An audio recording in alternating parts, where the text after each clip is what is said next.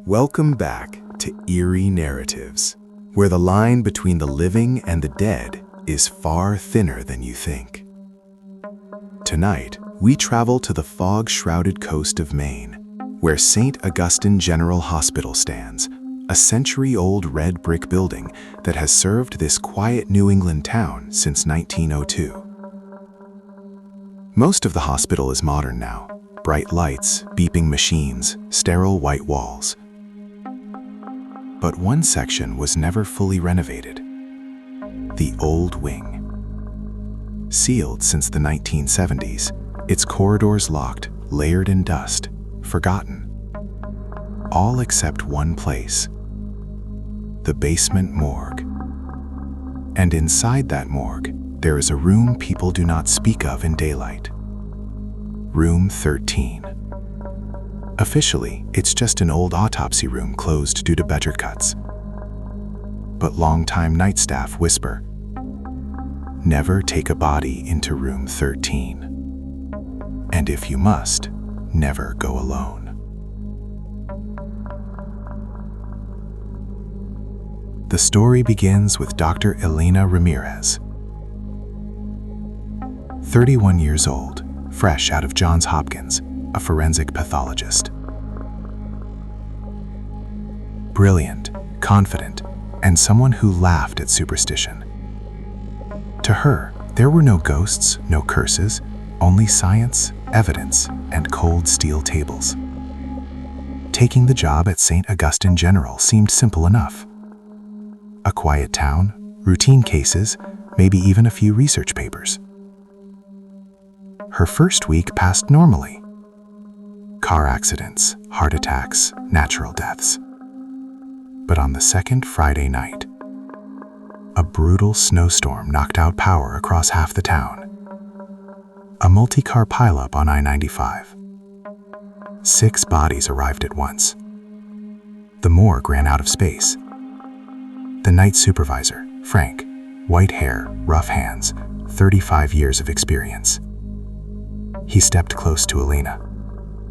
Doctor, we'll have to use the old wing, room 13. It's the only space left. Elena laughed. Room 13? Seriously? This isn't a horror movie, Frank? Frank didn't smile.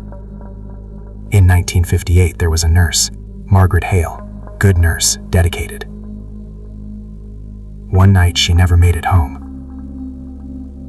They found her in room 13, slumped over the table, a scalpel in her hand. Official report, heart attack.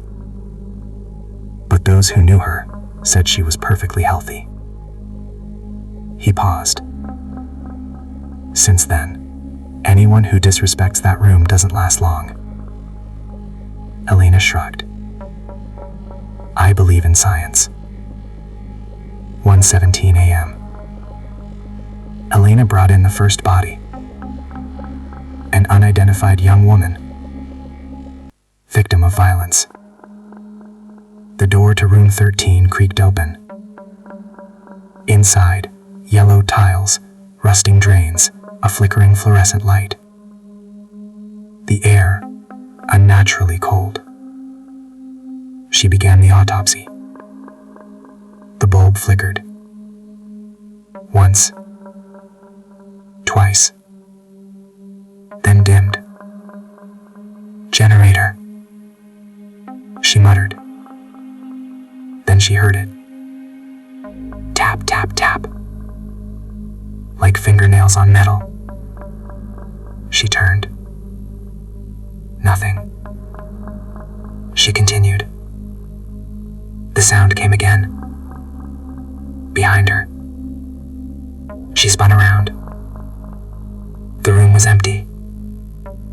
Frank. No answer.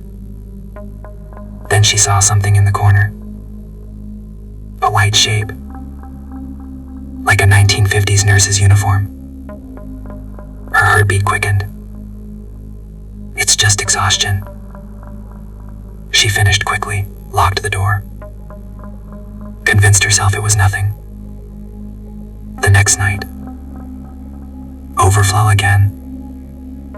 Room room 13 again. This time Frank stayed with her. As soon as they stepped inside, the lights dimmed. Frank whispered, "Did you hear that?" A woman's voice. "Help me." Elena's breath caught. They lied. Cabinets rattled. Drawers slid open on their own. Old files spilled to the floor. One paper landed at her feet. Margaret Hale. Cause of death: heart attack. But attached was a handwritten note. Dr. Whittaker botched the surgery. Removed the wrong organ. Internal bleeding caused death. Declare natural causes. Burn this. Elena's eyes widened. This is murder. Frank spoke softly. Margaret found out the truth. She was going to expose him. Suddenly, total darkness. Elena felt icy hands on her shoulders. In front of her stood a woman. 1950s nurse uniform. Bloodstains on her chest. Hollow eyes. Tell the truth. Elena's voice trembled. I promise. The nurse nodded and vanished. The lights came back on. The truth revealed. Elena copied the files. Launched an investigation. Dr. Whittaker was long dead. But his son was a renowned surgeon in Boston. Old records were reopened. Evidence of malpractice surfaced. The hospital's current dean, Dr. Ellis, admitted. I suspected, but never had proof. Now she did. The case was reopened. The hospital issued a formal apology. A memorial plaque was installed for Margaret's family, in memory of Nurse Margaret Hale, a devoted healer. And room 13, it was permanently sealed. But now, the cold was gone. The tapping stopped. And sometimes, in the quiet of night, the faint whisper can be heard. Thank you. Some justice comes late. But for a nurse who waited 60 years in the dark, it came right on time.